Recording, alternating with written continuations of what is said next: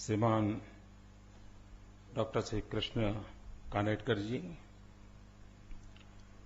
Doctor Ravindra Singh Pardeshi, मेरे साथी श्रीमान श्याम जाजू जी, उपस्थित सभी महानुभाव और सब नौजवान मित्रों, जो लोग इस सभागृह में नहीं पहुंच पाए हैं और जिन्हें दूर से ही इस कार्यक्रम को देखने का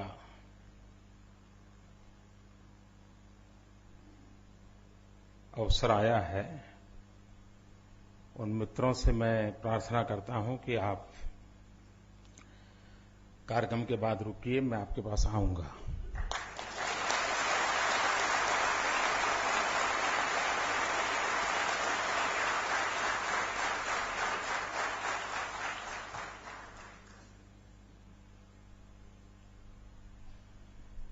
मैं श्रीमान विजय शिर्के जी परिवार को बहुत बहुत बधाई देता हूं। उन्होंने इस ऐतिहासिक स्थल को सुरक्षित और संवर्धन करने के लिए अपना परिवार का योगदान दिया और इस पवित्र कार्य को करने के लिए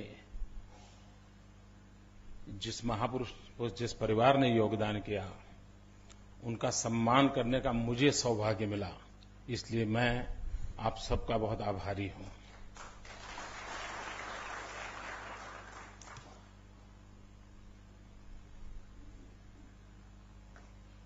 कई वर्षों से फर्ग्यूसन कॉलेज के संबंध में, यहां की शिक्षा प्रवृत्ति के संबंध में, और जब भी कुछ महापुरुषों के जीवन को पढ़ने का अवसर मिला तो अवश्य रूप से फर्ग्यूसन कॉलेज का उल्लेख आया।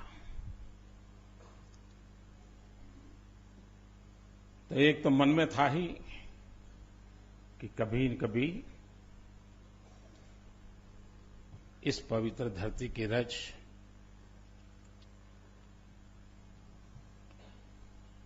हमारे माथे पर चढ़ाने का सौभाग्य मिले। वो सौभाग्य आज मुझे मिला।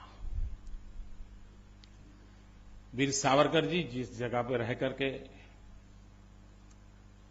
स्वतंत्र देवी के उपासना करते थे अपने शिक्षा काल में, जहां से वो स्वतंत्रता का संदेश अपने साथियों को सुनाते थे, उस कक्ष में जाने का मुझे सौभाग्य मिला। भारत मां की उत्कृष्ट सेवा करने की तीव्रतम इच्छा के वाइब्रेशंस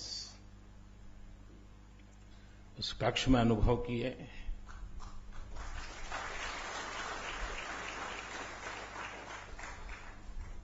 ये भी मैं अपना सौभाग्य मानता हूं। और जिस स्थान पर मैं अभी खड़ा हूं, इतिहास गवाह है कि 100 साल पुरानी ये विरासत है, और जहां पर देश के गणमान्य महानुभावों ने अपने विचारों से युवा पीढ़ी का और राष्ट्र का मार्गदर्शन किया है। हम कुछ भी न करें, किसी वक्ता को भी न बुलाएं, सिर्फ मौन होकर के 100 साल की उस विरासत के साथ बैठ करके हम अनुभव करें और मन में स्मरण करें कि इस भूमि पर गांधी आए होंगे तो कैसा दृश्य होगा, रविंद्रनाथ टैगोर आए होंगे तो कैसा दृश्य होगा, सीवी रमन आए होंगे तो कैसा दृश्य होगा। ऐसे ऐसे महापुरुष जब इस कक्ष में आए होंगे, वो पल कैसी होंगी। अगर हम मौन रह करके कुछ पल उस स्मृतियों का स्मरण करें तो मित्रों, मुझे विश्वास है कि उन महापुरुषों के शब्द भाव आज भी यहां आंदोलित होते होंगे। हम उस आंदोलित भावों को अनुभव कर सकते हैं। सिर्फ हमारी मन की स्थिति होनी चाहिए। अगर हमारे मन की स्थिति हुई तो हम अनुभव कर सकते हैं। जैसे टीवी पर हमें पसंद की चैनल चलाते हैं और वो चैनल हमारे पास आती हैं, वैसा ही मन की चैनल भी होती हैं। अगर उस चैनल को उनके साथ जोड़ दिया तो हम उसकी अनुभूति कर सकते हैं। और ऐसे स्थान पर मुझे कुछ कहने का सौभाग्य मिले, ये अपने आप में मेरे लिए एक बहुत बड़ी सद्भाग्य की पल है और मैं इसके लिए यहां के सभी व्यवस्थापकों का बहुत बहुत आभारी हूं। मैं फर्ग्यूसन कॉलेज में आना मेरा जब तय हुआ तो मैंने एक छोटा सा प्रयोग किया। मैं सोशल मीडिया में बहुत एक्टिव हूं, ट्विटर, फेसबुक पर इस नई पीढ़ी के साथ मैं जुड़ा रहता हूं। उनके विचारों को जानने का मुझे बहुत अच्छा अवसर मिलता है। तो मैंने इस फर्ग्यूसन कॉलेज में आने से पहले फेसबुक पर एक रिक्वेस्ट लिखी थी। मैं फर्ग्यूसन कॉलेज जा रहा हूं, वहां से विद्यार्थी मित्रों से मिल रहा हूं, आपको क्या लगता है मुझे क्या कहना चाहिए?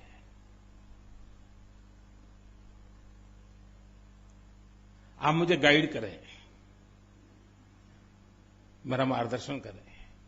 ऐसा मैंने सोशल मीडिया में एक्टिव जो नौजवान हैं उनसे प्रार्थना की थी। और मैं आज बड़े आनंद और गर्व से कहता हूं कि देश के कोने कोने से 2500 से अधिक नौजवानों ने मुझे चिट्ठी लिखी है। यहां पर क्या बोलना, क्या कहना, उनके मन में क्या व्यथा है, क्या पीड़ा है, इतने उत्तम शब्दों से उन्होंने लिखा है।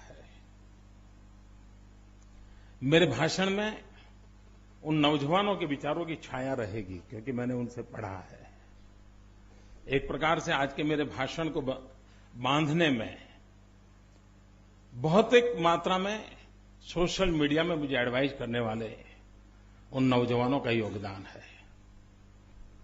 और एक प्रकार से ये भाषण मोदी का नहीं है, ये भाषण उन 2500 सोशल मीडिया पर एक्टिव और प्रोएक्टिव उन नौजवानों का है।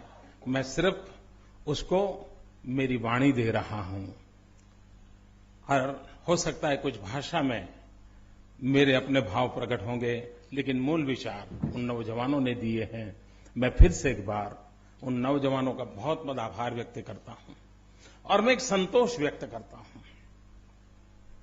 कभी कभी चर्चा होती है कि भाई देश के नौजवान, देश की स्थिति क्या चलता होगा। इन 2500 और देश के हर कोने में से है। कश्मीर से भी लिखने वाले लोग हैं, नागालैंड, मिजोरम से भी लिखने वाले लोग हैं, कन्याकुमारी से भी लिखने वाले लोग हैं, हर कोने से लिखने वाले लोग हैं। और एक मैं समान शत्रु भाव देखता हूं, उसमें एक तंतु देखता हूं। अगर मैं समान, तो समान तंतु ये नजर आता है कि ये सब के सब देश की हर बात से, हर घटना से बहुत ही कंसर्न है। हम जो मानते हैं कि नहीं, हमारे नौजवानों को परवाह नहीं, वो तो बस जींस का पैंट पहनना और लंबे बाल रखना यही उनका काम है, ऐसा नहीं है। वे सोचते हैं, वे कुछ करना चाहते हैं, वे कुछ कहना चाहते हैं। और ये मैंने आज ये फर्ग्यूसन कॉलेज के मेरे लेक्चर के माध्यम से जब ये अनुभव किया कि नौजवानों के दिल में क्या आग है, क्या स्पार्क है, क्या सपने हैं, कितना सामर्थ्य पड़ा है, कठिनाइयों के बावजूद भी कुछ करने का कितना उमंग और उत्साह है, ये मैंने अनुभव किया है। और जिस देश का नौजवान इतना सामर्थ्यवान हो, कुछ करने के लिए प्रतिबद्ध हो, उस देश का भविष्य कभी भी अंधकारमय नहीं हो सकता है। ये मैं आज इस पवित्र धरती से कहना चाहता हूं।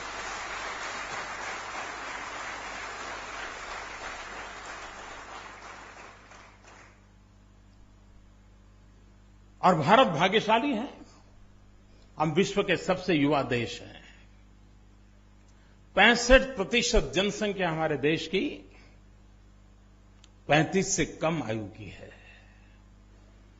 जिस देश के अंदर 65% से अधिक जनसंख्या 35 से कम आयु की हो, वो युवा देश दुनिया को क्या कुछ नहीं दे सकता है, दुनिया के लिए क्या कुछ नहीं कर सकता है।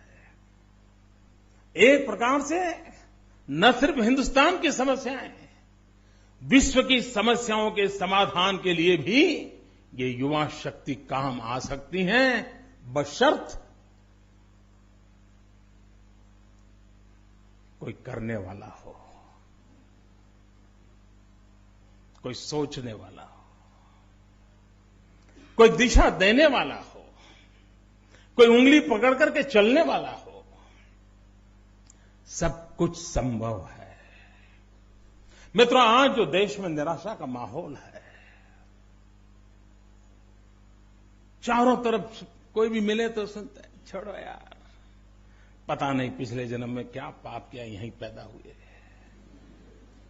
छोड़ो यार, कुछ होना नहीं यार, अरे मरो यार, तुमको औरों की परवाह करते हो, तुम अपना कर लो यार, देख लो, यही भाषा सुनाई देती है। मित्रों, मैं इस भाषा को एंडोर्स नहीं करता हूं, मैं इस निराशा के स्वर को एंडोर्स नहीं करता हूं। ये बहुरत्ना वसुंधरा है, हजारों साल की सांस्कृतिक विरासत के हम धनी हैं। 1200 साल की गुलामी के बावजूद भी सीना तान करके खड़े रहने का सामर्थ्य इस धरती पर है। मित्रों,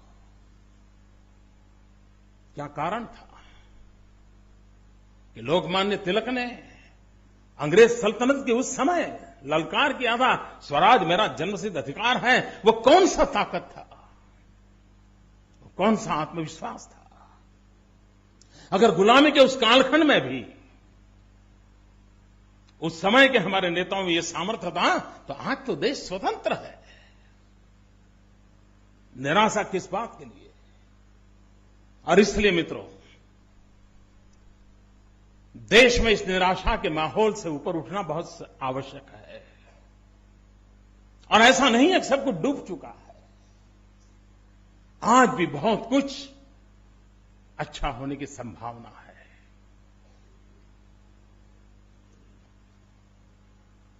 आज हमारी शिक्षा व्यवस्था की अगर हम चर्चा करें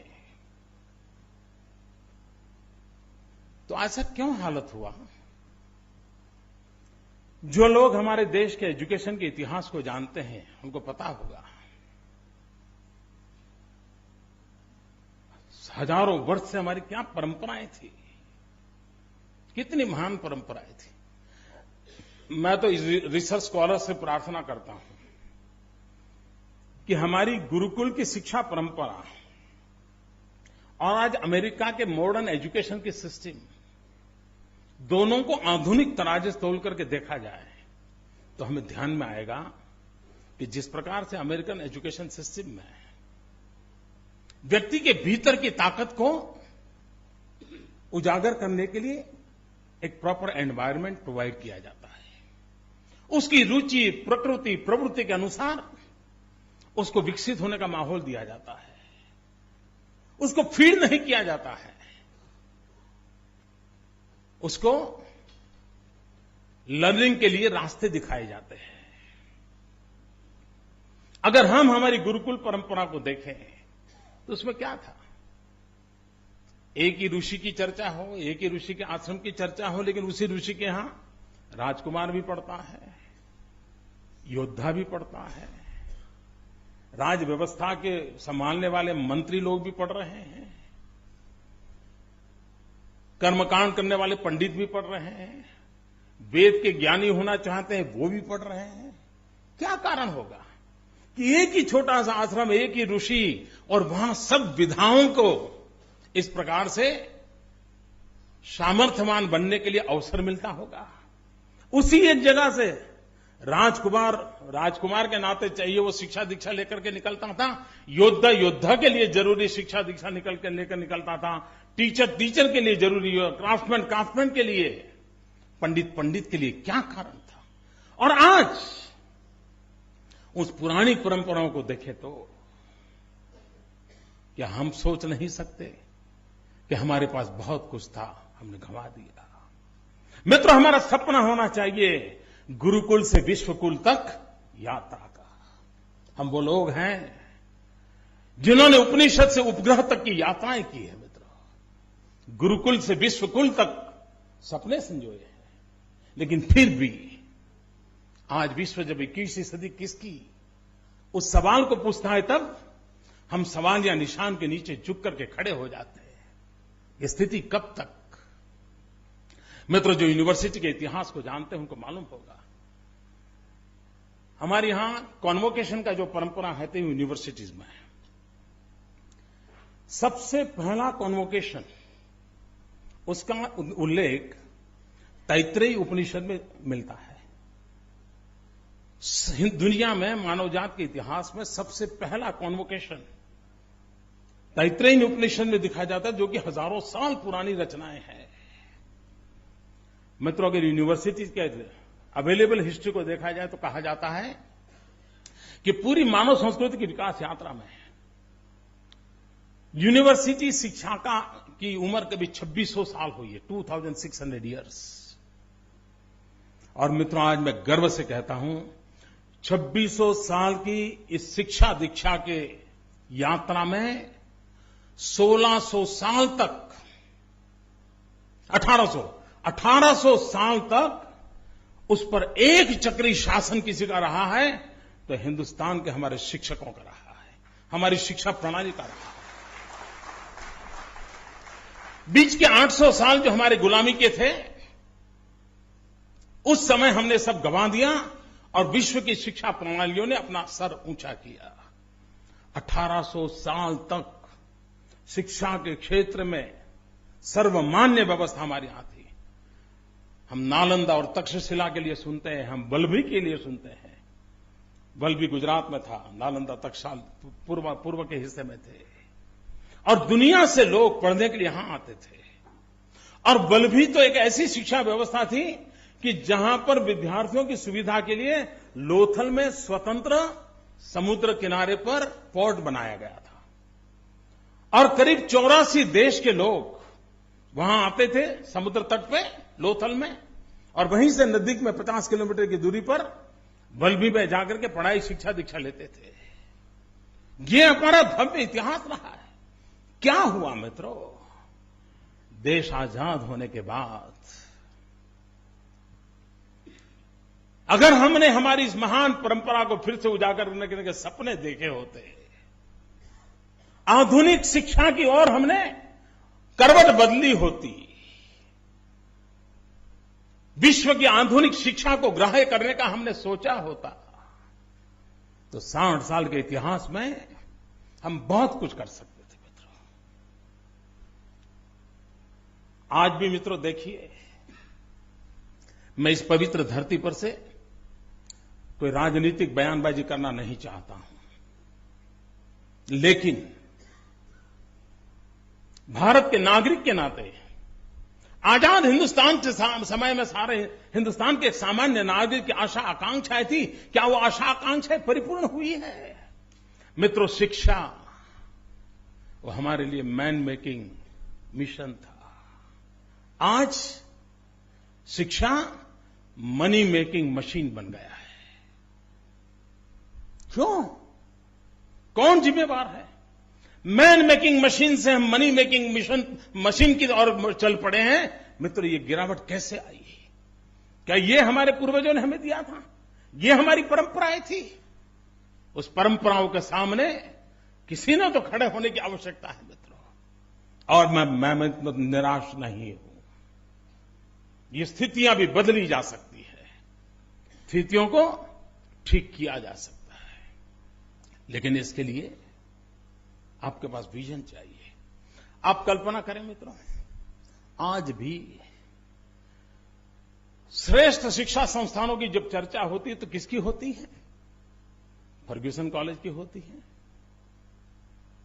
शांति निकेतन की होती है, मालवीय जी द्वारा प्रारंभ की हुई हिंदू बनारस हिंदू यूनिवर्सिटी की होती है, बीट पिलाने की होती है।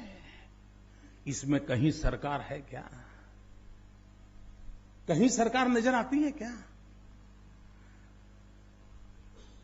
महात्मा गांधी जी द्वारा प्रारंभ किया गया वो विद्यापीठ तरफ नजर आता है, गुजरात विद्यापीठ पर। कहने का तात्पर्य यह है मित्रों कि आजादी के पहले देश गुलाम था, तब भी हमारे इन महापुरुषों ने शिक्षा का महत्व समझा और समझ करके जिन संस्थानों को जन्म दिया था, किसी की उम्र 100 हुई होगी, किसी की 80 हुई होगी, किसी की 100 से ऊपर हुई होगी, इन सब में किसी न किसी महापुरुष का योगदान है, शासन व्यवस्था का योगदान नहीं है मित्रों। कि आजादी के बाद कोई ऐसी चीज नहीं कर सकते थे कि जिसके कारण पूरे विश्व के अंदर हम गर्व से कहें कि हां भाई, शिक्षा के क्षेत्र में हम ये काम कर रहे हैं। ये नहीं हुआ मित्रों। मैंने खुद तो उस गैजेट को स्टडी नहीं किया, लेकिन मुझे किसी ने के भाषण में मैंने बहुत सालों पर सुना था। 1835 के गैजेट्स कहते हैं, 1835 कहते कि उस समय बंगाल 100% लिटरेट था 1835 में। आज क्यों ऐसा हुआ? क्या आजादी के बाद उन सपनों को पूरा न कर पाए? मित्र, आप देखिए केरल में, केरल आज शिक्षा के क्षेत्र में हर गांव में शिक्षा पहुंचाने में सफल हुआ है। पूरे देश में केरल में एक बहुत अच्छा काम है, लेकिन उसकी बारीकी में जाएं तो ध्यान में आता है कि सरकारों का योगदान नहीं है। शिवगिरी मठ के नारायण गुरु महाराज हो गए 100 साल से अधिक समय के पहले। पिछड़ी जाति में पैदा हुए थे, लेकिन उन्होंने एक मंत्र लिया था कि मुझे केरल के हर मछुआरे को शिक्षित करना है, हर गरीब को शिक्षित करना है, और उसका परिणाम ही आया। 100 साल पहले एक नींव डाली गई। आज केरल शिक्षा के दिशा में समग्र देश के लिए एक प्रेरक उदाहरण बन के बैठा है। योगदान किसी का? शिवगिरी मठ के नारायण गुरु स्वामी का, जिन्होंने अपना जीवन इस काम के लिए खपाया था। कहने का मेरा तात्पर्य यह है मित्रों कि व्यक्तिगत तौर पर आजादी के पूर्व से हमारे कई महापुरुषों ने योगदान दिया, उसके कारण हम टिके हुए हैं। काश अच्छा होता। समयानुकूल परिवर्तन के साथ मैं मित्रों काल बाह्य चीजों को छोड़ने का पक्षकार हूं, मैं आधुनिकता का पक्षकार हूं, लेकिन मॉडर्नाइजेशन विदाउट वेस्टर्नाइजेशन। आधुनिकता चाहिए, पश्चिमीकरण नहीं। हमारे अपने सामर्थ्य हैं मित्रों, हम हमारी शिक्षा को विश्व के सामने आंख से आंख मिला करके ताकत के साथ खड़ा कर सकें, ऐसे हम हमारे नौजवान क्यों नहीं तैयार कर सकते? मित्रों, दुनिया हमारी शक्ति को मानने को तैयार नहीं थी, लेकिन जब हमारे 20-25 साल की उम्र के नौजवान आईटी के क्षेत्र में उन्होंने अपना रुतबा दिखाना शुरू किया और दुनिया को उंगली पर नचाने के लिए कंप्यूटर का उपयोग करके विश्व में फैल गए, तब जगत को ध्यान में आया, अच्छा हिंदुस्तान के पास ये भी है। ये सामर्थ्य हमारे लोगों ने दिखाया। क्या मित्रों हम इन्हीं चीजों को आगे नहीं चल सकते हैं? मित्रों, आज पूरे विश्व में 21वीं सदी हिंदुस्तान की सदी, इसकी चर्चा तो हम कई दिनों से सुन रहे हैं। इस देश के कई प्रधानमंत्री हमको ये कह के गए कि 21वीं सदी आ रही है, 21वीं सदी आ रही है, 21वीं सदी आ रही है। हमारे कान इन सबको सुनते सुनते थक गए। लेकिन क्या कभी हमने 21वीं सदी हिंदुस्तान की सदी बने, उसके लिए कभी सोचा मित्रों? और अगर 20वीं सदी के उत्तरार्ध में आजाद हिंदुस्तान के प्रारंभ से हमारे राष्ट्रीय नेतृत्व ने 50 साल के भीतर देश को कहां ले जाना है, 21वीं सदी में प्रवेश करेंगे तब हम कहां होंगे, उसका एक सपना देख करके उस सपने को पूरा करने की व्यवस्थाओं को सोचा होता तो शायद आज हम यहां खड़े हैं, वहां नहीं खड़े होते मित्रों। आप साउथ कोरिया को देखिए, हमारे ही कालखंड में वो आजाद हुआ, और फर्क देखिए मित्रों। साउथ कोरिया गुजरात और साउथ कोरिया बराबर पॉपुलेशन है। गुजरात की साइज और साउथ कोरिया की साइज समान है। इतने कम समय में साउथ कोरिया दुनिया के समृद्ध देशों में आ गया। इतना ही नहीं, साउथ कोरिया जैसा छोटा देश ओलंपिक गेम का होस्ट बनता है। सियोल के ओलंपिक गेम्स के नाते साउथ कोरिया ने सारे विश्व में अपना पोजीशनिंग कर लिया। खेल के माध्यम से दुनिया में साउथ कोरिया ने अपना पोजीशनिंग कर लिया और इतने छोटे देश में इतना बड़ा इवेंट करके सारे दुनिया को चकित कर दिया कि क्या मानव ताकत होगी इनके पास, कैसे ट्रेन मैन पावर होगा, कैसे विजनरी लोग होंगे। और 120 करोड़ का देश सिर्फ कॉमनवेल्थ गेम ऑर्गेनाइज करना था, CWG। क्या कर दिया हमने, दुनिया में देश की इज्जत को लुटा दिया हमने, नीलाम कर दिया। खेलकूद की 2 घटनाएं, एक घटना साउथ कोरिया को विश्व के मानचित्र पर शक्ति संपन्न राष्ट्र के रूप में उभार करके रख देती है, और दूसरे एक छोटी सी कॉमनवेल्थ गेम की घटना हमारे देश की इज्जत की मिट्टी में मिलाने का काम करती है। मित्रों, तब सवाल उठते हैं, चिंता तब होती है, क्या हम देश को इस दिशा में ले जाना चाहते हैं? क्या 120 करोड़ का देश जब भी ओलंपिक गेम्स होती हैं उस समय टीवी में, अखबारों में, नेताओं में, सामाजिक जीवन में सब जगह पे चर्चा होती है, इतना बड़ा देश गोल्ड मेडल नहीं मिला, इतना बड़ा देश मेडल नहीं मिला, फलाना देश ये कर गया, ढिकना देश ये कहेगा। मैं सवाल, ठीक है स्थिति है, लेकिन क्या कभी इस देश की शिक्षा व्यवस्था को हमने इसके साथ जोड़ा? हमारी युवा पीढ़ी को हमने अवसर दिया? और क्या मित्रों 120 करोड़ के देश में नहीं मिल सकता? अरे सिर्फ सेना के जवानों को एक काम दिया जाए कि जो न्यूली रिक्रूटेड सेना के जवान हैं उसमें से मैपिंग किया जाए, स्पोर्ट्स में रुचि वाले हैं उनको एक अलग जगह पे रखा जाए और उनको ही ट्रेनिंग देने का काम शुरू कर दिया जाए। मैं बताता हूं मित्रों, 5, 7, 10 तो मेडल ये हमारे सेना के जवान लेकर के आ सकते हैं।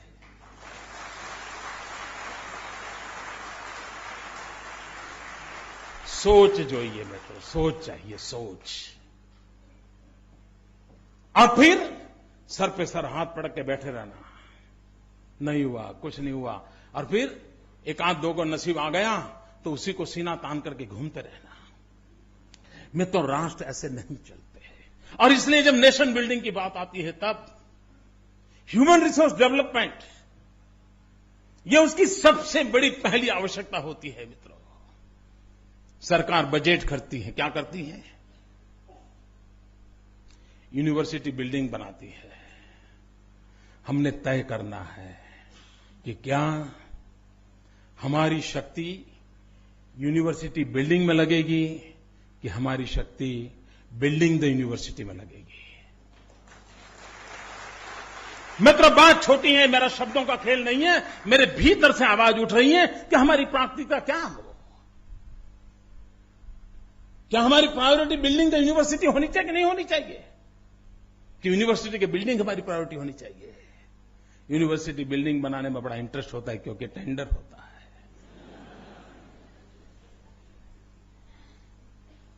और इसलिए मित्रों हमारी प्रायोरिटीज हमने तय करनी होगी। ऐसा नहीं है मित्रों कि समस्याओं के समाधान नहीं है, समस्याओं के समाधान है, करने का इरादा चाहिए। मित्रों, आप चाइना की तरफ देखिए, ये बात सही है कि पिछले 30-40 साल से एक बात की लगातार चर्चा चल रही है कि 21वीं सदी किसकी? तो लोग कहते हैं एशिया की, फिर कहते हैं 21वीं सदी किसकी? तो कोई कहता है चाइना की, कोई कहता है हिंदुस्तान की। और इसमें ज्यादा मतभेद नहीं है। अब पश्चिम के हाथ में कुछ रहने वाला नहीं है, ये सर्वसम्मति बन चुकी है। पूरब की तरफ झोंक है, ये सर्वसम्मति बन चुकी है। बात अटकी हुई है चाइना इंडिया, चाइना इंडिया। मित्रों, 21वीं सदी में सर्वोपरिता के दरवाजे पर आकर के खड़े हुए 2 देश, एक का रोड मैप देखिए और दूसरे का रोड मैप देखिए, हमें पता चलेगा मित्रों। 1978 चाइना ने तय किया कि हमने ह्यूमन रिसोर्स डेवलपमेंट पे बल देना है। तो चाइना ने क्या किया, एक कमीशन बिठाया और उस देश की प्रायोरिटी तय की। कौन सी प्रमुख चीजें हैं जिस पर हमने बल देना है। एग्रीकल्चर को छांटा, एजुकेशन, साइंस एंड टेक्नोलॉजी को छांटा, इकोनॉमिकल एक्टिविटी को छांटा, सिक्योरिटी एंड डिफेंस को छांटा। 4-5 मुख्य बिंदुओं को उन्होंने छांटा और फिर इसको पार करने के लिए पहली क्या जरूरत है, तो हमें हमारी एजुकेशन सिस्टम को उस रिक्वायरमेंट की पूर्ति करने के लिए ढालना है, ह्यूमन रिसोर्स डेवलपमेंट करना है। सारी एजुकेशन सिस्टम को उस गोल को अचीव करने के लिए उन्होंने डाइवर्ट किया, चैनलाइज किया, उसकी प्रायोरिटी चेंज की। मित्रों, आपको जानकर के हैरानी होगी, 2000 में, मैं बहुत दूर की बात नहीं बता रहा हूं मित्रों, जनसंख्या में हिंदुस्तान और चाइना में ज्यादा फर्क नहीं है मित्रों। स्वभाव से भी एशियन कंट्रीज के नेचर काफी मिलते जुलते हैं। उसके बावजूद भी 2000 में विश्व की जो 500 प्रमुख यूनिवर्सिटीज है, उसमें हिंदुस्तान की 2 यूनिवर्सिटीज का नाम था और चाइना की एक भी यूनिवर्सिटी का नाम नहीं था। मित्रों, 10 साल के भीतर भीतर क्या हुआ, हम 2 में से 1 हो गए। तुम्हाला हिंदी चालेल ना, तो मराठी करें।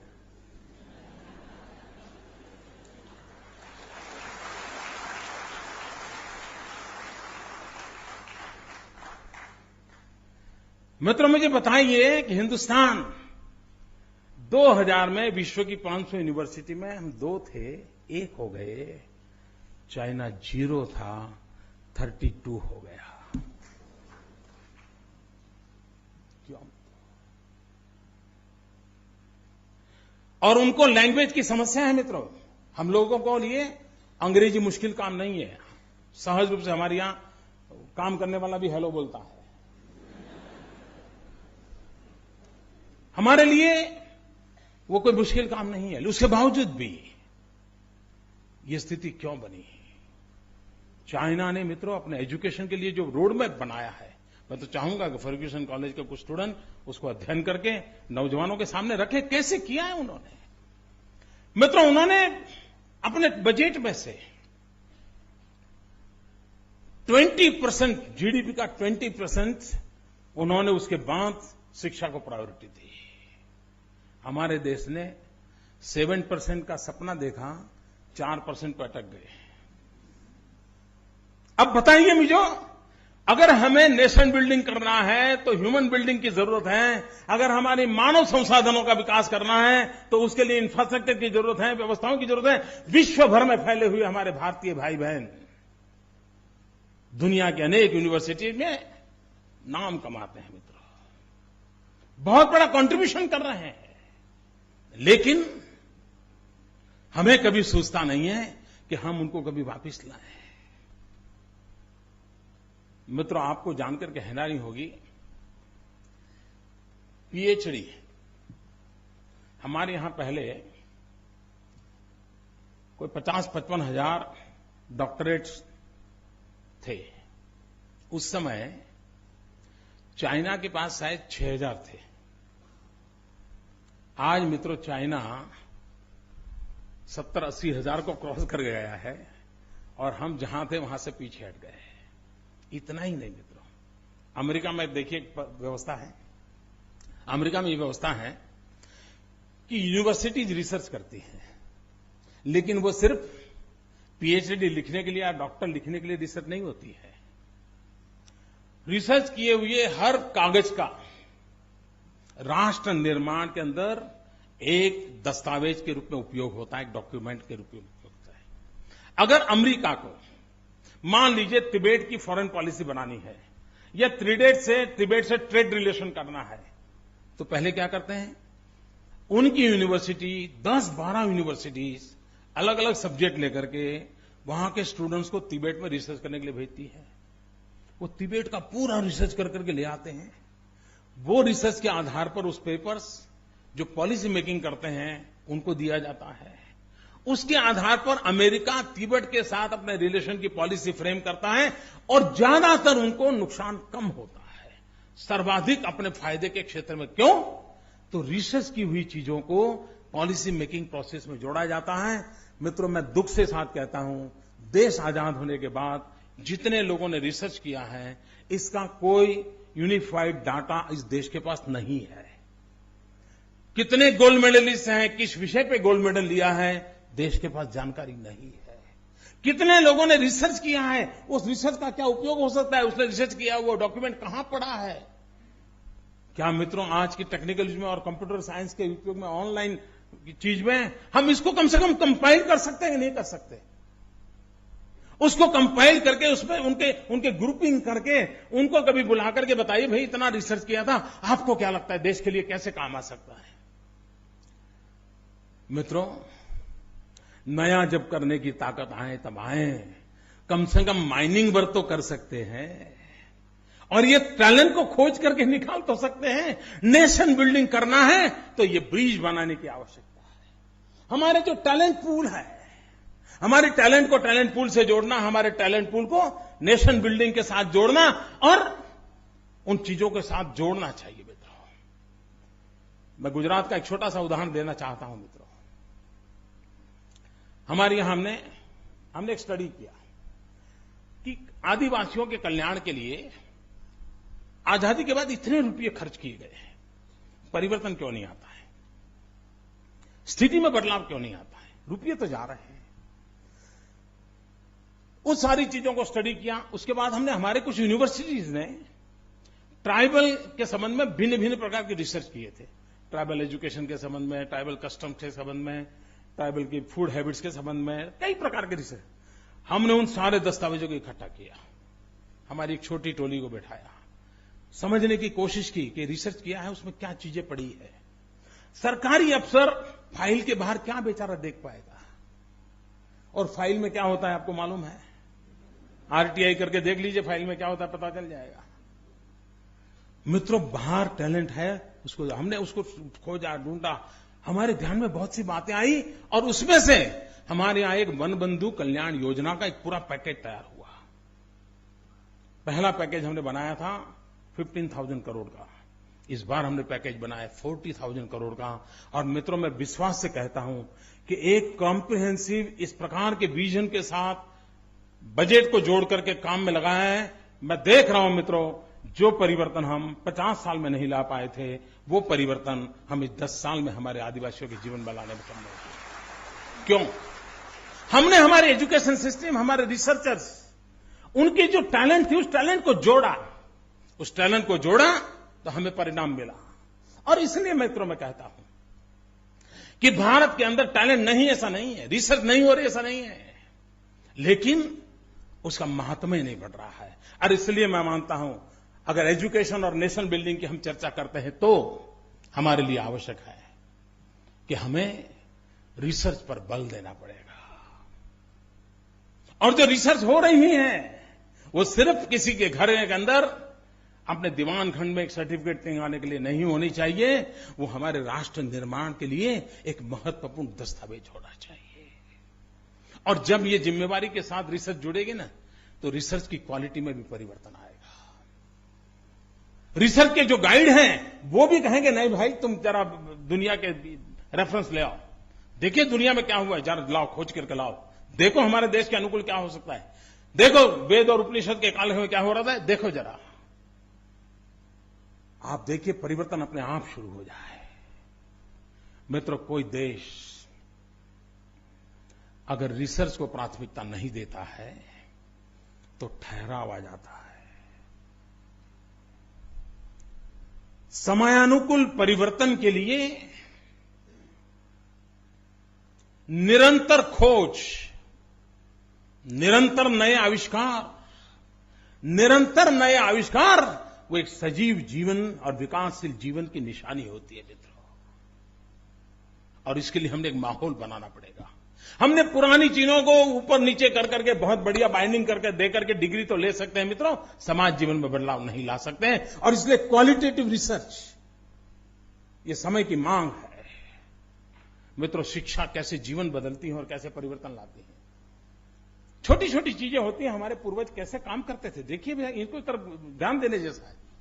आज आप जानते होंगे, हिंदुस्तान में फार्मास्यूटिकल इंडस्ट्री, दवाइयां बनाने वाली कंपनियां, हिंदुस्तान में सर्वाधिक दवाइयां बनाने वाली कंपनियां गुजरात में है। शायद हिंदुस्तान का 45% दवाइयां उपलब्ध कराने का काम ये हमारे यहां दवाई की कंपनियां कर रही है। और जो गुजरात के बाहर है, उसमें भी ज्यादा गुजराती है जो दवाइयां बनाते हैं। बोले कंपनी उसकी कहीं पर भी होगी, लेकिन है गुजराती, ज्यादातर गुजराती। क्यों? मैं यहां गुजराती की बात करने नहीं आया। मैं उस बात पे ध्यान देना चाहता हूं कि हिंदुस्तान में सबसे पहली फार्मेसी कॉलेज का जन्म उस समय के जो दीर्घदृष्टा लोग थे, ऐसे लोगों ने, सरकार ने नहीं, माफ करना मुझे, सरकार ने नहीं, उन नागरिकों ने एक फार्मेसी कॉलेज को शुरू किया 50-60 साल पहले। उस फार्मेसी कॉलेज में बच्चे पढ़ने लगे और उसमें से मित्रों फार्मास्यूटिकल इंडस्ट्री को बल मिला और उस एक कॉलेज को जन्म दिया था। आज वो पूरे हिंदुस्तान की बीमारी को दूर करने का काम करने वाला एक बहुत बड़ा हब बन चुका है। मित्रों, एक छोटी सी एजुकेशनल सिस्टम कितना बड़ा परिवर्तन ला सकती है, इसका उदाहरण है। अब देखिए मित्रों, हमारे देश में इन दिनों कभी आप देश के डिफेंस और सिक्योरिटी फोर्सेस की चर्चा अगर सुनते होंगे, उसके आर्टिकल पढ़ते होंगे, तो आपको ध्यान में आता होगा। समय कितना है जी?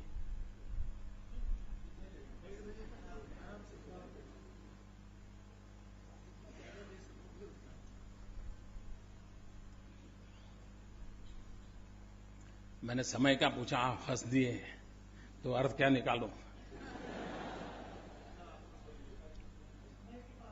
चालेल ना? हळू-हळू। मित्रों, रक्षा के क्षेत्र में हम चारों ओर पढ़ रहे हैं कि हमारे देश में अड़ोस पड़ोस में कैसे लोगों से हम गिरे हैं, उसका वर्णन करने की जरूरत नहीं। मित्रों, क्या देश का हालत है, कोई पड़ोस में दोस्त नहीं हमारा। मित्रों, मैं हैरान हूं जी, लेकिन मुझे कहना दूसरा है। आप मित्रों देखिए कि हमारे यहां आज डिफेंस फोर्सेस में टॉप ऑफिसर्स में बहुत बड़ा वैकेंसी है, बहुत बड़ा वैक्यूम है। हमारे देश के नौजवान आर्मी में, एयरफोर्स में, नेवी में टॉप रैंक की पोजीशन पे नहीं जा रहे। क्या मित्रों, ये देश 8वीं कक्षा से ही बच्चों को ट्रेन नहीं कर सकता है कि हमें ये हमारे अफसरों की जरूरत है?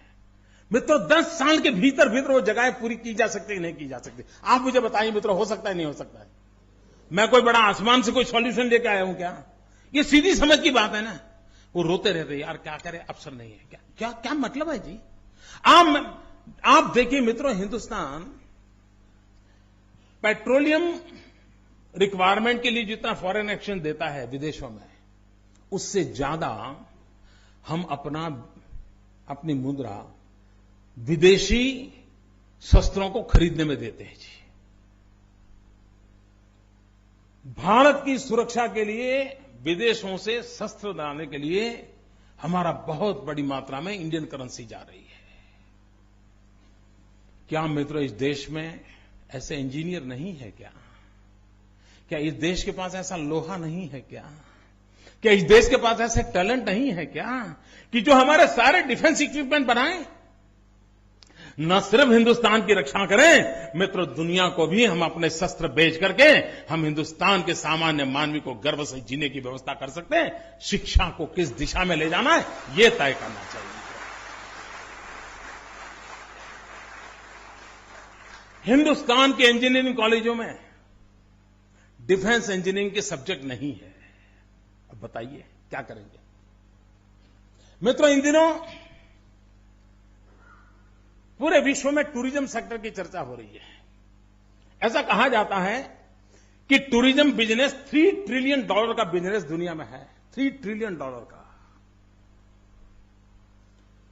आजकल लोग, इसमें भी न्यू मिडिल क्लास जिसको कहते हैं, पूरे विश्व में वो टूरिज्म को जीवन का एक हिस्सा बना रहा है। हर कोई जाना चाहता है। हमारे यहाँ सदियों से परंपरा थी, हर बच्चे को लगता था अपने माँ बाप को 4 धाम की यात्रा कराए, हर बच्चे को लगता था माँ को गंगा जी के दर्शन कराए, हर बच्चे को लगता था माँ को 12 ज्योतिर्लिंग कराए, हर बच्चे को लगता था सभी गणेश जी के स्थान पर चले जाएं। ये हमारे यहाँ तो परंपरा थी, यात्रा के रूप में थी। लेकिन दुनिया में इन दिनों टूरिज्म एक बहुत बड़ा सेक्टर विकसित हो रहा है। पूरे विश्व को देने के लिए हमारे पास क्या नहीं है मित्रों। दुनिया के देशों में अगर आप टूरिज्म के लिए जाएं और लोगों को कहेंगे कितना साल पुराना है तो कहेगा 100 साल, वो 200 साल, ये 250, कोई कहीं जाए ज्यादा कहेगा 400 साल। हम यहां आए तो कहते हैं ये 5000 साल पुराना है, ये 2500 साल पुराना है, 4000 साल पुराना है। मित्रों वो हैरान हो जाता है, ये क्या है हमारे पास, क्या सामर्थ्य पड़ा है। मित्रों सिर्फ हमारे देश ने टूरिज्म सेक्टर को ध्यान में रख करके ह्यूमन रिसोर्स डेवलपमेंट को बल दिया होता,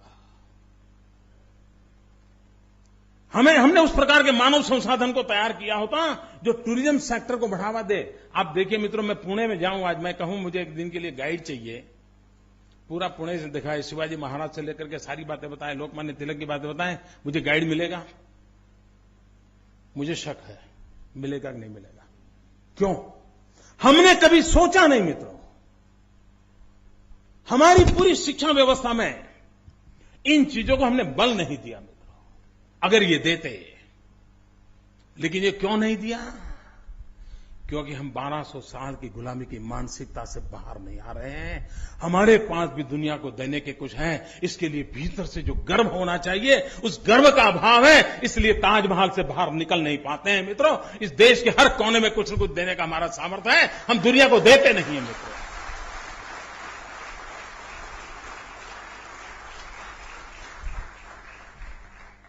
ताजमहल पूरे विश्व में इतनी हमारी अमानत के रूप में प्रचलित हुआ है। ताजमहल मैग्नेटिक की रूप में दुनिया को आकर्षित कर सकता है, लेकिन लोगों को लाने का काम ताजमहल कर रहा है। लोगों को दूर दूर तक पहुंचाने का काम हमें करना चाहिए, हमारी पीढ़ी को करना चाहिए, हमारी सरकारों ने, हमारी समाज ने सोचना चाहिए, और शिक्षा के माध्यम से इस काम को भी किया जा सकता है। हॉस्पिटैलिटी मैनेजमेंट टूरिज्म से जुड़ा हुआ है। गाइड, मतलब एक छोटा सा मैं उदाहरण बताता हूं कैसे परिवर्तन आता है। हमारे यहां सरदार सरोवर डैम जो है, जो ट्राइबल बेल्ट के अंदर है, नर्मदा जिले के पास, और पता नहीं पहले क्या नियम थे मित्रों, यानी कैसी स्थगितता होती है, वहां पर किसी को एंट्री नहीं हुआ करती थी, नो एंट्री। दूसरा होता यहां फोटो निकालने की मना है। मैंने मेरे अफसरों को बुलाया, मैंने कहा भाई आज सैटेलाइट से आपके घर के बाहर पार्क किए हुआ स्कूटर कौन सा है, उसका नंबर क्या है, कलर क्या है, सारी फोटो मैं ले सकता हूं। ये पुराना बोर्ड किस काम का है मुझे बताओ,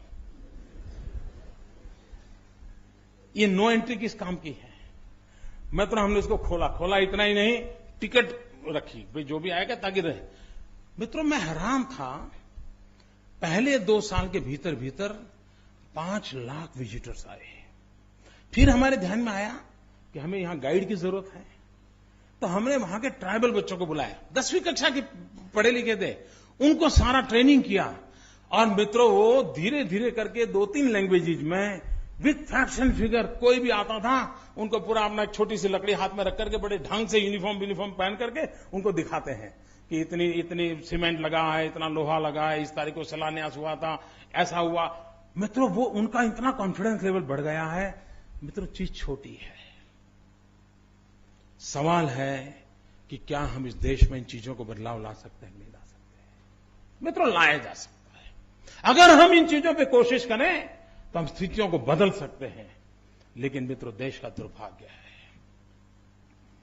कि हम मानव संसाधन पर हम बल नहीं दे रहे हैं। आज हमारे देश का कृषि विकास दर 2%, 3% के बीच रहता है। हम बचपन से पढ़ते हैं भारत कृषि प्रधान देश है, ठीक है ना? जागते रहो,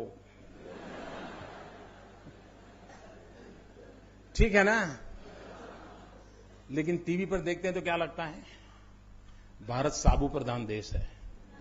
हम साबु का ही उत्पादन कर रहे हैं। इस क्वालिटी का सौंप, इस क्वालिटी का सौंप, यही मित्रों, मैं हैरान मित्रों क्यों ना हमारी एग्रीकल्चर यूनिवर्सिटीज दुनिया के अंदर एग्री टेक्नोलॉजी को लेकर के हम हमारे किसानों को, हमारे नौजवानों को क्यों तैयार न करें। हमने हमारे किसानों को उसके भाग्य पर छोड़ दिया है। उसके पिताजी ने उसको जो आदतें छोड़ी थी, बेचारा आज देश की आजादी के 60 साल के बाद भी उसी परंपराओं से जी रहा है। मित्रों, हिंदुस्तान में 30 करोड़ की जनता का पेट भरने के लिए जितना अन्न लगता था, किसानों की संख्या कम हो रही है, जमीन की जगह कम हो रही है और 120 करोड़ का पेट भरने की नौबत आई है, तब जाकर के हमने आधुनिक एग्रीकल्चर की जरूरत पड़ती है। मित्रों, हमारी प्रोडक्टिविटी बढ़ाने की जरूरत होती है और इन चीजों को मित्रों सिर्फ परंपराओं से नहीं आता है, हमें इनोवेशन से आता है, रिसर्च से आता है, उस प्रकार की ह्यूमन रिसोर्स डेवलपमेंट से आता है, उस प्रकार की टेक्नोलॉजी को इवॉल्व करने से आता है और उन सबको जब जोड़ते हैं तब परिवर्तन आता है। मित्रों, दुर्भाग्य है देश का कि इन बातों की ओर हमारा ध्यान नहीं है और इन चीजों को बदला जा सकता है। मित्रों, अगर एक बार हम शिक्षा के इन मूल्यों को स्वीकार करें, मित्रों, कभी भी हमने एक काम अभी शुरू किया है, इनोवेशन को बल देना। अब ये काम तो हिंदुस्तान की सरकार ने करना चाहिए, लेकिन कोई न करे तो हम इंतजार थोड़ा कर सकते हैं, किसी ने तो करना चाहिए। मित्रों, हमने एक आई क्रिएट इंस्टीट्यूट बनाई है। आई क्रिएट इंस्टीट्यूट में हमने हिंदुस्तान के किसी भी कोने से कोई भी व्यक्ति, कोई भी नौजवान, इवन स्कूल का बच्चा भी, उसके अंदर स्पार्क है, इनोवेशन करना चाहता है, टेक्निकल कोई सॉल्यूशन देना चाहता है, तो हम इंक्यूबेशन सेंटर बनाए, world class incubation centre I create. और उस आई क्रिएट में हम अभी उसका कंस्ट्रक्शन काम चल रहा है और उसके अंदर हम ऐसे नौजवानों को ला करके उनको पूरा एनवायरमेंट देने वाले हैं। वो अपने टैलेंट का भरपूर उपयोग करें और देश और दुनिया को कुछ दे। मैंने नारायण मूर्ति से प्रार्थना की, मैंने कहा ये सपना है हमारा, सरकार पैसे देने के लिए तैयार है, लेकिन मैं इसको सरकार के पास रखना नहीं चाहता हूं। मित्र, ये बहुत बड़ा फर्क है हमारे में, औरों में फर्क है। और लोग पावर में इंटरेस्टेड हैं, हम एम्पावर की प्रायोरिटी रखते हैं।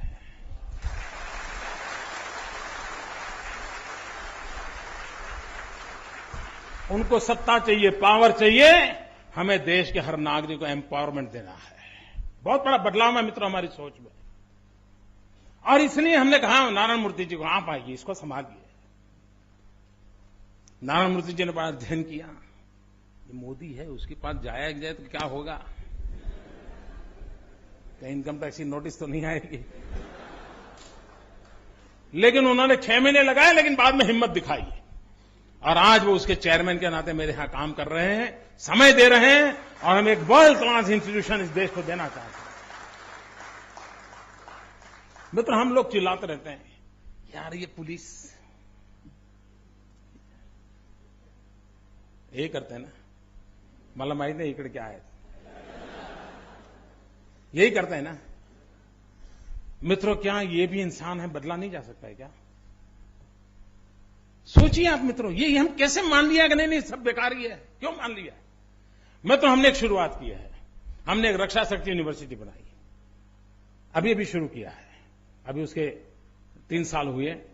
और जो बच्चे यूनिफॉर्म सेवा में जाना चाहते हैं, उनको 10वीं और 12वीं के बाद वहां एडमिशन ग्रेजुएशन का देते हैं। उसकी फिजिकल ट्रेनिंग, उसको हिस्ट्री, उसको कॉन्स्टिट्यूशन, उसको लॉ, मास क्राउड साइकोलॉजी, सारी चीजें पढ़ाई जाती हैं। अब वहां से ग्रेजुएट होकर के जब वो पुलिस में जाएगा, आप मुझे बताइए मित्रों, कुछ बदलाव आएगा कि नहीं आएगा? कहीं से तो शुरू करो मित्रों, चीजें कहीं, और हर चीज के अंदर मित्रों ह्यूमन रिसोर्स डेवलपमेंट सबसे पहली बात होती है। मित्रों, आज हम चर्चा कर रहे हैं साइबर क्राइम की, चारों तरफ हल्ला मचाएं कि हॉलैंड में बैठा हुआ एक बच्चा अपनी कंप्यूटर की उंगलियां घुमा करके आपकी पूरी बैंक में से चोरी करके माल ले जा सकता है। ये ताकत है आज साइबर क्राइम की। मित्रों, हम रोते बैठेंगे क्या? और हमारी जो पुलिस जिस प्रकार से उसकी ट्रेनिंग हुई है, उसके माध्यम से हम साइबर क्राइम को सॉल्व कर पाएंगे क्या? हमने उसके लिए काम करना पड़ेगा। और मित्रों, आज मैं गर्व के साथ आपके सामने कहता हूं, Gujarat is the first state in the world, दुनिया में हम पहले हैं जिसने फॉरेंसिक साइंस यूनिवर्सिटी प्रारंभ की है।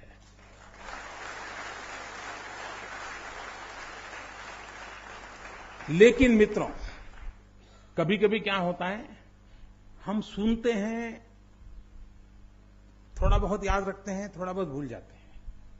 मैं बोल रहा हूं फॉरेंसिक साइंस यूनिवर्सिटी, बराबर है।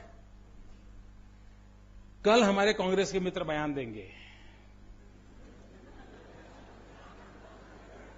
मोदी झूठ बोल रहा है, फलानी जगह पर फॉरेंसिक साइंस का कोर्स है, टिकली जगह पे फॉरेंसिक। मैं फॉरेंसिक साइंस का कोर्स नहीं बोल रहा हूं, मैं फॉरेंसिक साइंस यूनिवर्सिटी बोल रहा हूं। तो हर चीज में खेल चलता रहता है। और इसलिए मित्रों,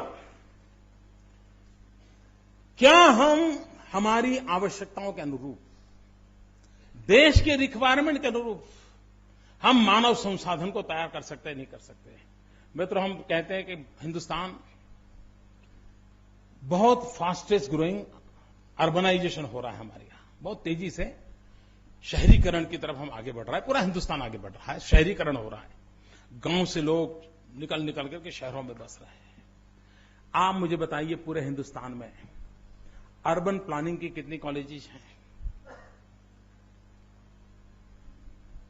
अर्बन इंफ्रास्ट्रक्चर की कितनी कॉलेज है? अर्बन मैनेजमेंट की कितनी कॉलेजेस हैं? अर्बन वाटर रिसोर्सेज की कितनी? नहीं है मित्रों, नहीं है। अगर हम देख रहे हैं कि बहुत तेजी से अर्बनाइजेशन हो रहा है, तो कौन रोकता है आपको कि उसके अनुसार एजुकेशन सिस्टम को खड़ा करो, ताकि उस प्रकार का मैन पावर हमें उपलब्ध हो। मित्रों, हमारे देश की जनसंख्या बढ़ रही है, डॉक्टर उपलब्ध नहीं हो रहे हैं, लेकिन आपको एक मेडिकल कॉलेज करनी है तो दिल्ली जाकर के जब तक 2 साल तक अपने रगड़े को नाक नहीं रगड़ोगे, आपको मेडिकल कॉलेज की परमिशन नहीं मिलती है। एक तरफ डॉक्टरों की जरूरत है, स्टूडेंट्स को डॉक्टर बनना है, मां बाप बच्चों को डॉक्टर बनाना चाहते हैं, डॉक्टर बनने वाले को जीवन में सेवा और पैसा दोनों की संभावना है, लेकिन हम डॉक्टर बनाने को तैयार नहीं है। और इसलिए कोई रशिया जाना रहा है पढ़ने के लिए, कोई चाइना जा रहा है। मित्रों, आज हिंदुस्तान का कोई जिला ऐसा नहीं होगा जिसके बच्चे चाइना या रशिया में मेडिकल कॉलेज के लिए गए न हो। वो अरबों खरबों डॉलर हमारी हिंदुस्तान की करेंसी जा रही है, लेकिन हम एक होलिस्टिक अप्रोच लेकर के हिंदुस्तान के हर गांव को डॉक्टर मिले, इस प्रकार का मास स्केल पर डॉक्टरों के एजुकेशन के लिए क्यों न आगे बढ़े। मित्रों, राष्ट्र को कहां ले जाना है, एक समस्याओं का समाधान कैसे करना है और दूसरा नई ऊंचाइयों को कैसे पार करना है, उसके विजन के साथ ह्यूमन रिसोर्स डेवलपमेंट को अगर हम बल देते हैं तो बाकी संसाधन खड़े करने की ताकत उस व्यक्ति में होती है। आप मुझे बताइए बात, यहां कोई भी व्यक्ति होगा, मैं एक सवाल पूछता हूं,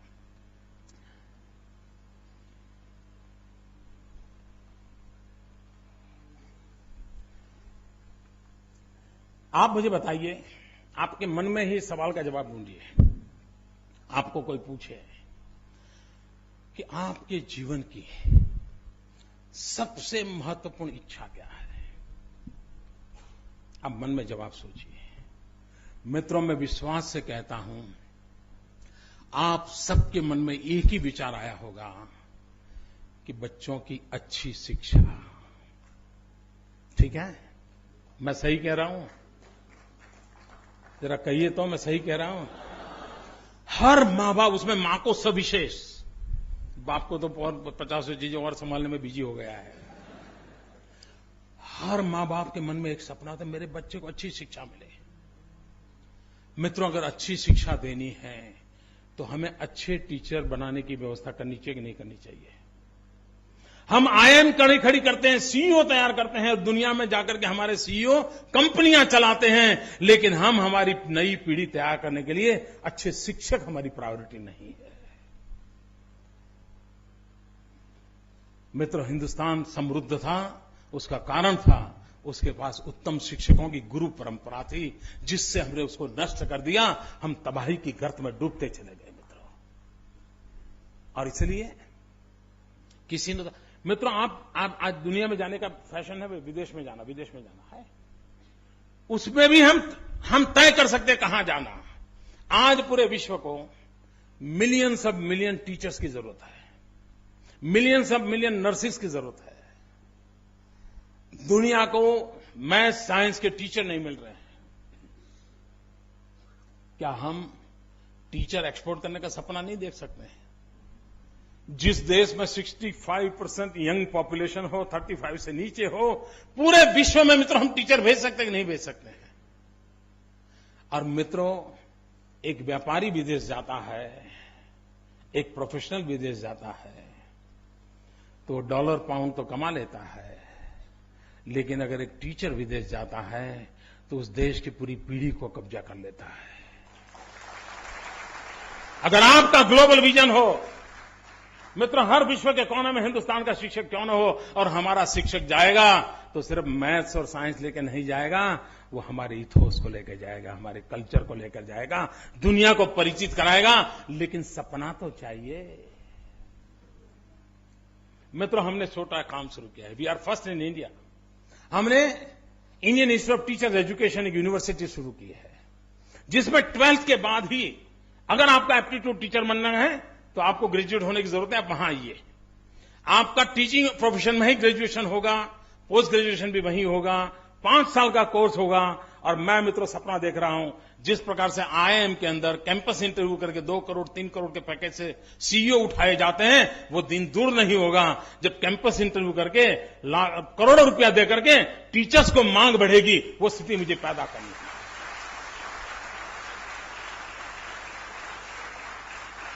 अगर हर मां बाप के मन की इच्छा है कि उसको अच्छा टीचर मिले, हर मां बाप का सपना है कि उसके बेटे को अच्छी शिक्षा मिले, तो हम उसको प्राथमिकता क्यों नहीं देते? मित्रों, मैं तो हैरान हूं। आज हम ग्लोबल इकोनॉमी की बात करते हैं, विश्व व्यापार की चर्चा करते हैं। विश्व व्यापार में सबसे बड़ी ताकत लगती है आपका सामुद्रिक व्यापार की। हमारे पास 2/3 हिंदुस्तान भाग्यवान है, 2/3 हमारा कोस्टल एरिया है हिंदुस्तान का। अगर कोस्टल एरिया है और विश्व व्यापार हमको करना है मित्रों, एक सिंगापुर इतना छोटा सा, उसके समुद्री तट से जितना विश्व व्यापार होता है, उसकी तुलना में इतना बड़ा हिंदुस्तान हम कहीं नहीं है दोस्तों। कारण मित्रों, हमारे देश में मरीन इंजीनियरिंग, पोर्ट मैनेजमेंट, इन सारे विषयों का कोई एजुकेशन व्यवस्थाएं बहुत कम मात्रा में है। अगर 2/3 समुद्री तट है, पूरा विश्व व्यापार एक हो रहा है, पूरे विश्व के अंदर इस इंफ्रास्ट्रक्चर का महत्व बढ़ने वाला है, तो क्यों न marine engineering, port management, port से लेकर के समुद्री व्यापार से लेकर लेने वाले सारे प्रोफेशनल एजुकेशन को हम क्यों बल न दें? अगर हम ये करते हैं तो मित्रों, क्या हमारे नौजवान बेरोजगार रहेंगे क्या? और मित्रों, मुझे गर्व से कहना है, भारत सरकार कहती है कि पूरे हिंदुस्तान में कोई एक राज्य है जहां बेरोजगारी कम से कम है, उस राज्य का नाम गुजरात है दोस्तों। क्यों? किस प्रकार की विकास की आवश्यकता है, उसके अनुरूप अगर आप डेवलपमेंट करते हो तो परिवर्तन आता है। मेरे यहां कोई भी इंडस्ट्री आती है तो मैं उसको पहले पूछता हूं तो आपको ह्यूमन रिसोर्स किस प्रकार की रिक्वायरमेंट है बताइए। वो कहते हैं मैं ऐसे लोग लगेंगे। मैं कहता हूं पहले वहां कॉलेज चालू करो, आईटीआई चालू करो, फिर बाद में तुम्हारा इंडस्ट्री चालू होगा। वहां के उस इलाके के बच्चों को आईटीआई पढ़ाओ, 1 साल 1.5 साल का कोर्स कराओ, और फिर तुम्हारे यहां उसको जो इस प्रकार के लोग चाहिए वो करो। मित्रों, हम एक पब्लिक प्राइवेट पार्टनरशिप मॉडल को लेकर चलते हैं ताकि उस इलाके के नौजवानों को तुरंत रोजगार मिल जाए, उनको चाहिए वैसा स्किल मिल जाए। और मित्रों, हिंदुस्तान को अगर आगे बढ़ना है तो स्किल डेवलपमेंट पे बल देना पड़ेगा। आप लोगों ने अभी ओबामा जब दोबारा प्रेसिडेंट बने तो उन्होंने उनका जो भाषण है वो सुनने जैसा है। ओबामा अमेरिका जैसा समृद्ध देश का प्रेसिडेंट भी दुनिया के सामने विषय रखता है कि हमें सबसे पहली प्रायोरिटी देनी है स्किल डेवलपमेंट की। मित्रों, हमारे पास 65% नौजवान हैं, उनके पास 2-2 भुजाएं हैं मित्रों, लेकिन उसके हाथ में हुनर नहीं है, उसके हाथ में एक सर्टिफिकेट है। और ये दिल्ली में ऐसी सरकार है जिसको लगता है कि सर्टिफिकेट आ गया ना सब आ गया। फूड सिक्योरिटी बिल आ गया, मतलब आपकी थाली में खाना आ गया। यही चल रहा है मित्रों। यही चल रहा है। और इसलिए मित्रों, हमारे देश में स्किल डेवलपमेंट को बहुत बल देने की आवश्यकता है। और जितना प्राधान्य हम स्किल डेवलपमेंट को देंगे, हमारे नौजवानों को कोई न कोई हुनर सिखाएंगे। और मित्रों, वो समय नहीं आज हमारा नौजवान कोई भी काम करने के लिए तैयार है, उसको कोई संकोच नहीं है। मित्रों, मैंने देखा है। थोड़ा हम उन पर भरोसा करें, उन पर विश्वास करें, उनमें उनके अंदर विश्वास पैदा करें, हम स्थितियों को बदल सकते हैं। मित्रों, बहुत सारे विषय हैं, बहुत सारी बातें मैं नॉन स्टॉप आपसे सामने कर सकता हूं। अपने अनुभव के आधार पर मैं बातें बता रहा हूं, लेकिन मेरा विश्वास है कि राष्ट्र निर्माण के अंदर शिक्षा का बहुत बड़ा योगदान होता है। हमारी शिक्षा राष्ट्र निर्माण के, हमारे सपनों के अनुकूल होनी चाहिए। और मित्रों, हमारी शिक्षा वो हो जो हमें अहम से वयम की ओर ले जाए। हमारी शिक्षा वो हो जो हमें स्व से समष्टि को जोड़ने का रास्ता दिखाती हो। हमारी शिक्षा वो हो जो वसुधैव कुटुंबकम की भावना को चरितार्थ करने वाली हो। हमारी शिक्षा वो हो जो पूरे ब्रह्मांड को एक परिवार मानने वाला हो। और जब अगर हम उस बात को मानते हैं तो एनवायरमेंट की समस्या कहां से आएगी मित्रों? अगर हम कहते हैं कि गंगा मेरी मां है, हम कहता है वृक्ष को मैं मां की तरह पूजता हूं, पिता की तरह पूजता हूं, तो मैं उस वृक्ष को क्यों काटूंगा? मित्रों, हमारी शिक्षा और दीक्षा का महात्मा है। अगर उसको लेकर के हम देश को चलाने की कोशिश करते हैं, मित्रों, समस्याओं का समाधान बहुत दूर नहीं है। हम स्थितियों को पलट सकते हैं। हमें जिस प्रकार की आवश्यकता है उस प्रकार के मनुष्य के निर्माण की ओर हम बल दे सकते हैं। और जिस बात को लेकर के आज मुझे इस पवित्र जगह पर आने का अवसर मिला है, मुझे विश्वास है हम सब मंथन करके, विचार विमर्श करके, एक समाज की शक्ति के आधार पर कभी न कभी तो इस देश को नई ऊंचाइयों पर ले जाने के लिए इस शिक्षा नाम की जो व्यवस्था है उसकी एक मजबूत नींव डालने में सफल होंगे। इसी कामना के साथ मेरी आप सबको बहुत बहुत शुभकामनाएं। और जैसे मैंने प्रॉमिस किया था उन नौजवानों को जो मेरे से थोड़े दूर बैठे हैं, दोस्तों, मैं आ रहा हूं। धन्यवाद।